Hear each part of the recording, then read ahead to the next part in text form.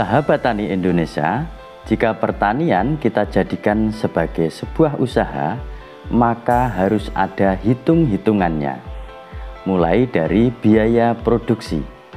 Jika kita bisa menekan biaya produksi serendah mungkin atau serendah-rendahnya, maka secara otomatis keuntungan dalam pertanian juga akan meningkat.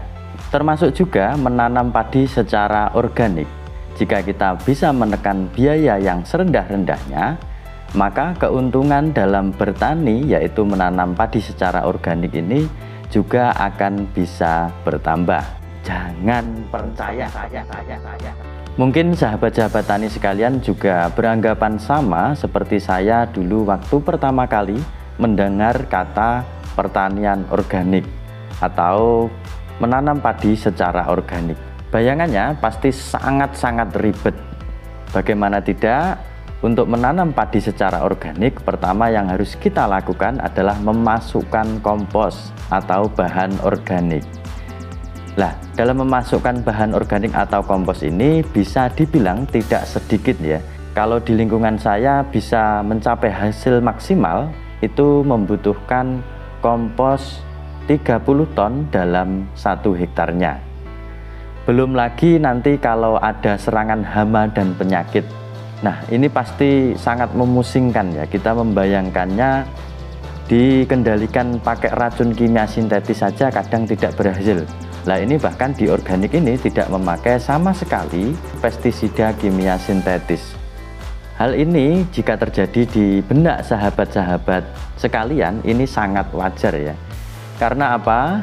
Karena untuk percaya bahwa dalam pertanian organik ini membutuhkan biaya yang sangat rendah, itu membutuhkan sebuah proses.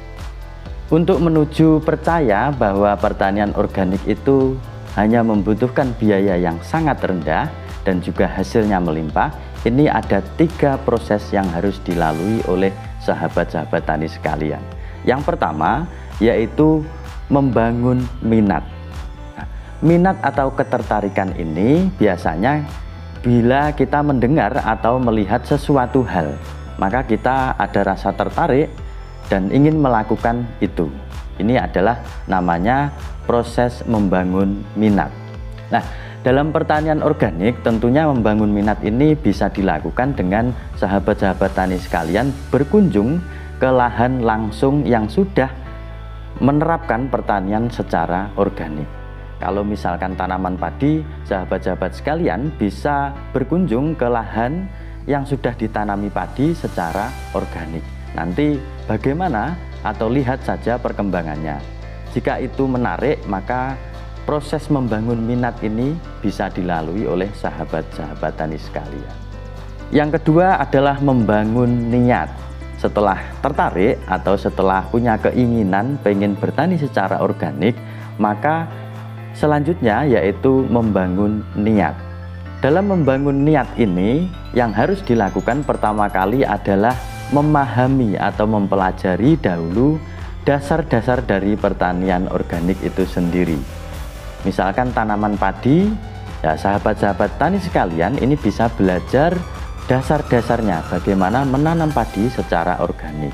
Ini bisa dilakukan misalkan sahabat-sahabat tani sekalian mengikuti proses pelatihan atau pembelajaran tentang dasar-dasar pertanian organik. Yang kedua bisa juga dilakukan misalkan sahabat-sahabat tani sekalian ini datang langsung ke petani pelaku pertanian organik.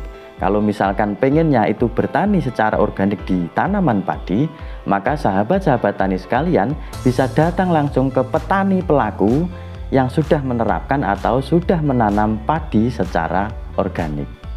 Proses selanjutnya dalam membangun niat ini tidak hanya berhenti di situ saja, tetapi sahabat-sahabat tani sekalian harus melakukan atau praktek sendiri bagaimana menanam padi secara organik. Jika tidak, maka perlu dipertanyakan bahwa niat ini betul-betul benar-benar niat atau hanya sekedar niat seperti yang lain. Setelah sahabat-sahabat sekalian ini melalui 2 proses ini, yakni yang pertama tadi adalah membangun minat, ketertarikan, dan juga yang kedua adalah membangun niat. yakni belajar dan juga praktek langsung tentang pertanian ramah lingkungan atau pertanian organik, maka dalam proses inilah nanti akan muncul kepercayaan. Atau bahkan nanti setelah praktek dan juga merasakan hasil panennya, maka sahabat-sahabat tani sekalian ini akan muncul rasa percaya bahwa pertanian organik ini memang benar-benar sangat membutuhkan biaya yang rendah dan juga hasilnya pasti melimpah.